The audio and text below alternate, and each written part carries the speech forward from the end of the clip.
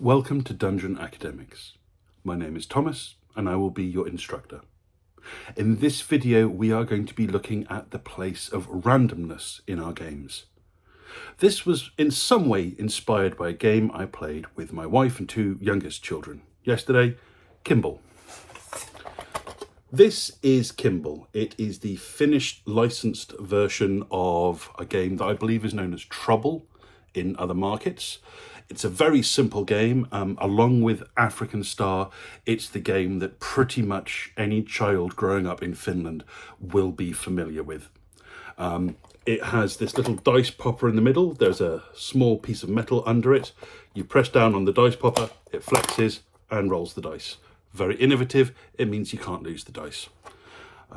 You have 4 pegs in your home base, and your goal is to get them on the track, move them all the way around the circular track, and get them into your home base here where they will be safe.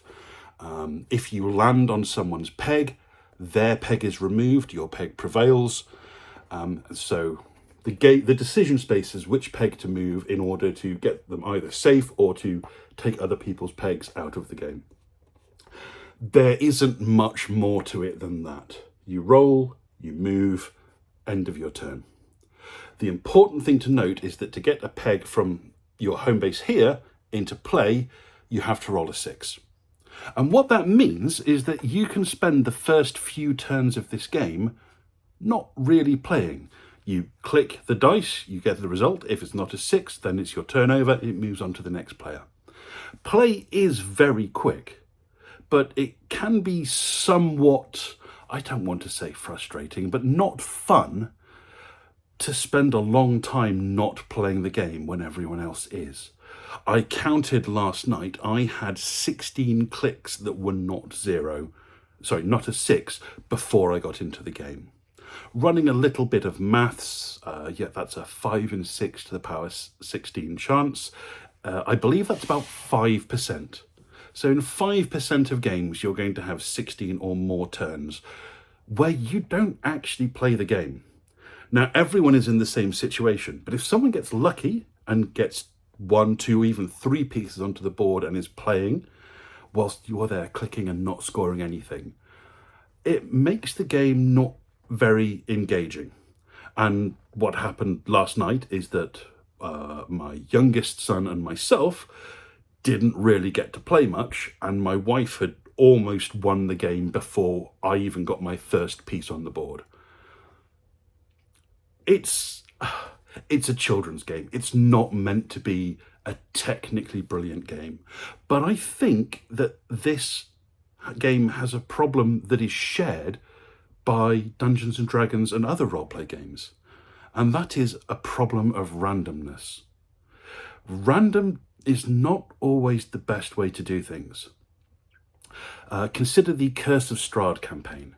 There, when you are moving through the valley of Barovia, moving through the Svalich woods, there is a table that you have to roll periodically to see if an event occurs. And a lot of times it doesn't. Nothing happens. You just move on. I was playing in a lovely homebrew campaign a couple of years ago, and there was a section where we were at sea, and the DM would roll every certain amount of time we were to see if an event occurred. And most of the time an event didn't occur.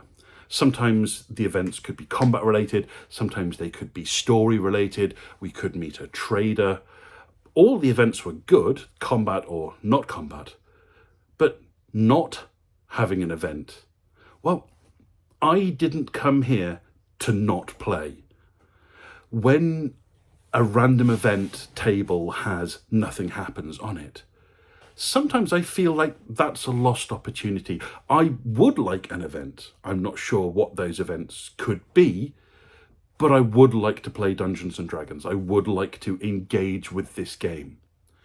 So I favour games that don't have random events where nothing happens.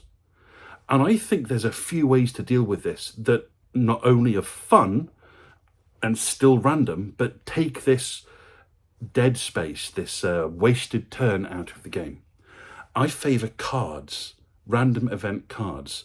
Whenever there is a random event, you draw a card from a deck. and none of them are going to be blank. So there is no chance that nothing happens. It could be a combat encounter, it could be a story encounter, it could be a piece of information you discover, a challenge, a puzzle, a trader, anything. And because it's a card, that card can then be removed from the deck and you don't have to worry about it being drawn again. This means that every time there is a random event, something will happen. And like I said, we are here to play the game, not to skip through the forest without anything happening. I think there's another game that handles this really well as well. Betrayal at House on the Hill by Avalon Games has a wonderful mechanic involving their omen cards. You are exploring a spooky and abandoned house on the hill, and every time you enter a new room, a new random tile is added, and some of these rooms have items that you find, which are great. Some of them have events which get resolved immediately, and some of them have omens. Now, an omen is something spooky that is leading up to the final stages of the game called the haunting. Omens could reflect in an item or an ability or a slight change in the game.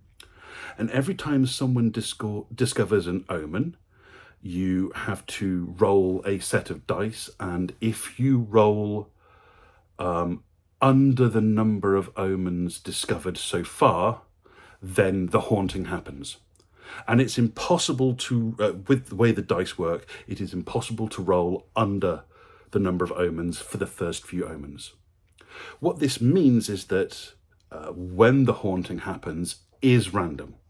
It's never going to be too early in the game, because the way the dice mechanics work, it's impossible to roll under that value for a few times.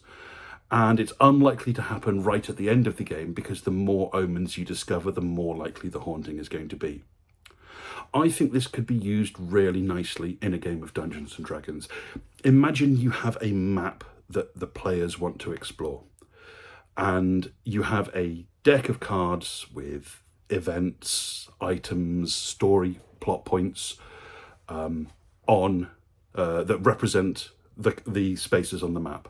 Now, they don't have to correlate one to one, so this card doesn't represent this hex on the map, for example, but every time they explore a hex, they get a card and something happens. It's a combat encounter. They meet a trader. They get a bit of background information for the campaign. They find a plot point. And the next stage of the campaign can be triggered when they have amassed enough plot points. Now, enough plot points could be arbitrarily decided by rolling dice in the same way as Betrayal, or it could be that the plot points have a clue in them, and eventually the players should have enough clues to go, okay, hang on, I know how this works. This is where we're being pointed to. I think taking away random events from maps, completely random events and blank events from the maps, is great. Exploring is a wonderful part of the game, and exploring a hex and being told, oh, nothing happens, let's do another one, then why did we bother exploring it? That being said, you don't want to railroad players. You don't want to say they have to explore this hex, this hex, and this hex, and then the next thing happens. Instead, you want to give players a bit of agency, a bit of choice, give them a bit of information. If someone tells them, oh, I think there's a clue near the tower, if they discover a hex that has a tower on it, right away they know that the hexes around that tower might be important. So finding a way to make the cards associated with those hexes, or giving them a redraw, making the chance of getting a plot point more likely, is a nice way to reward following information in the game. So, as a general idea, avoid random tables.